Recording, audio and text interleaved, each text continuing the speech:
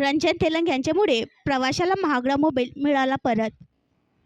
14 मे रोजी कलकत्ता येथील रहिवासी तौफिक अन्सारी हे ट्रेन नंबर 12833 ने राजकोटवरून हावड्याला जात असताना ट्रेनच्या गेटमध्ये बोलत असताना जलम शेगावच्या मध्ये त्यांचा मोबाईल हातून चालत्या ट्रेनमधून पडला. त्यांनी रेल्वे हेल्पलाईनला सुद्धा याची माहिती दिली. प्रवाशाचा हरविलेला मोबाईल रेल्वे सुरक्षा बलाचे प्रधान आरक्षक रंजन तेलंग यांनी 16 दिवसात शोधून 31 मे रोजी प्रवाशाला परत केला.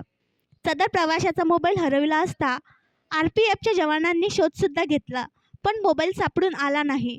पण 3 दिवस उलटल्यानंतर शेगावचे RPF प्रधान आरक्षक रंजन तेलंग यांना तो मोबाईल एकाच सापडल्याची माहिती मिळाली.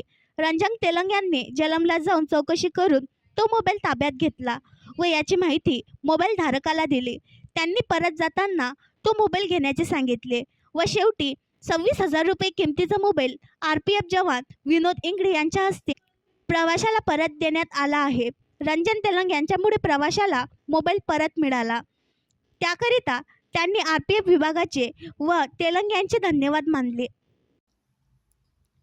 आणखी नवीन व्हिडिओ पाहण्यासाठी आमच्या देशमुख एक्सप्रेस न्यूज चॅनलला सबस्क्राईब करा, लाईक करा आणि शेअर करा.